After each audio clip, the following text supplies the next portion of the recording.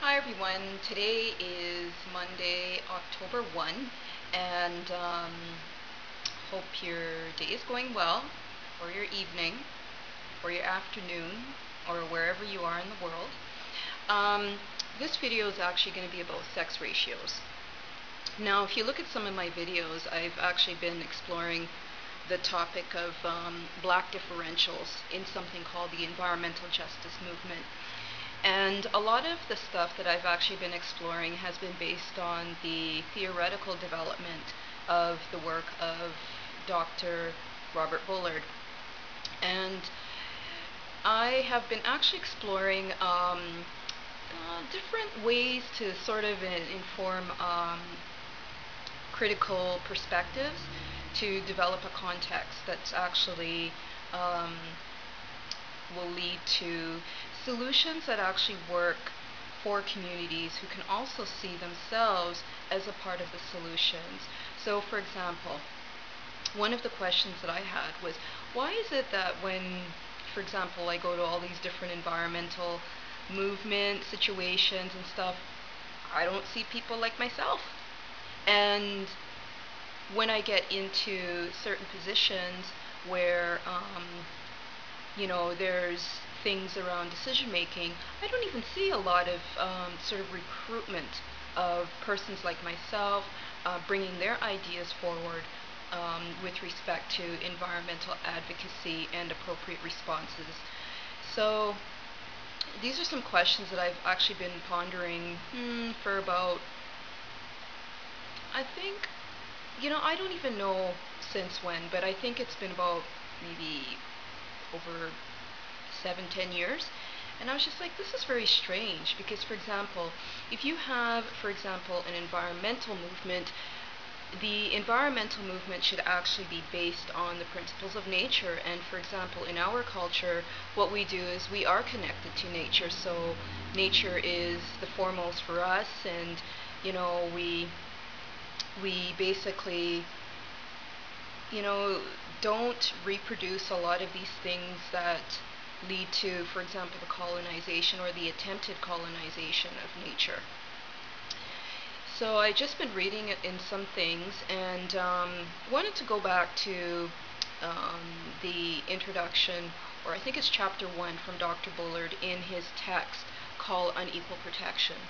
And what he lays out is actually a national framework to apply environmental justice principles in ways that lead to, for example, policy change, as well as new models that don't look at, for example, black communities as being sort of these targets to, place waste deposit sites, chemical contamination, and all kinds of stuff related to environmental hazards, related to air, land, water, soil.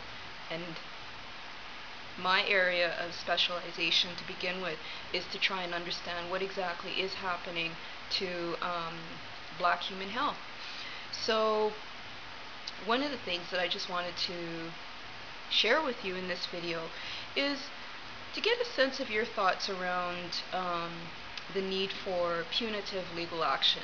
For example, Dr. Bullard actually refers to a landmark lawsuit that was actually filed in 1979, and it was Bean versus Southwestern Waste Management Corporation.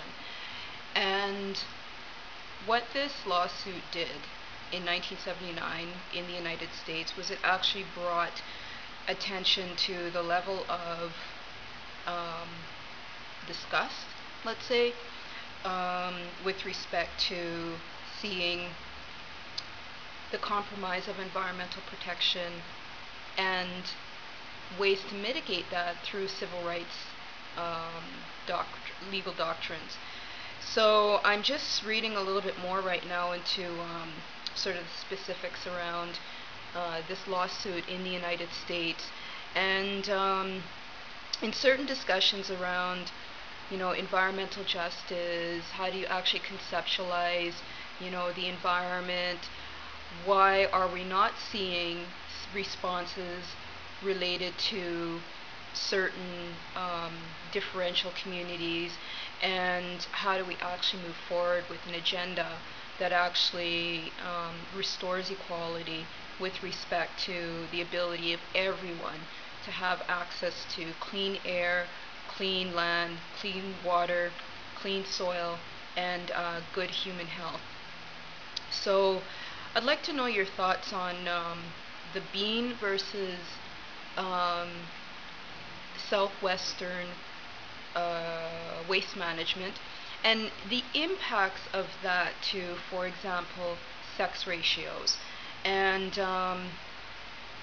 there is an academic actually in Canada who talks about, for example, sex ratio differentials related to the aamjiwnaang First Nations in Canada.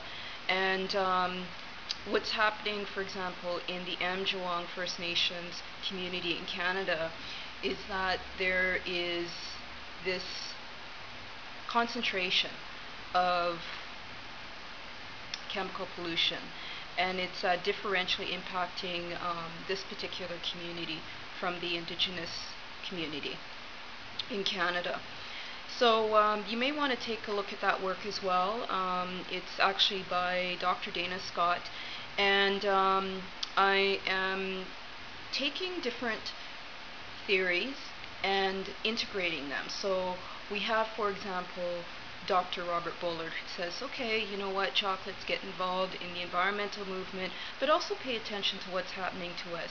And then you have another perspective that comes from a critical position from Dr. Dayna Scott, who says, okay, you know what we have to do is we have to start looking at sort of these differentials as well as judiciary strategies. So I'd like to hear your thoughts on sex ratio differentials, and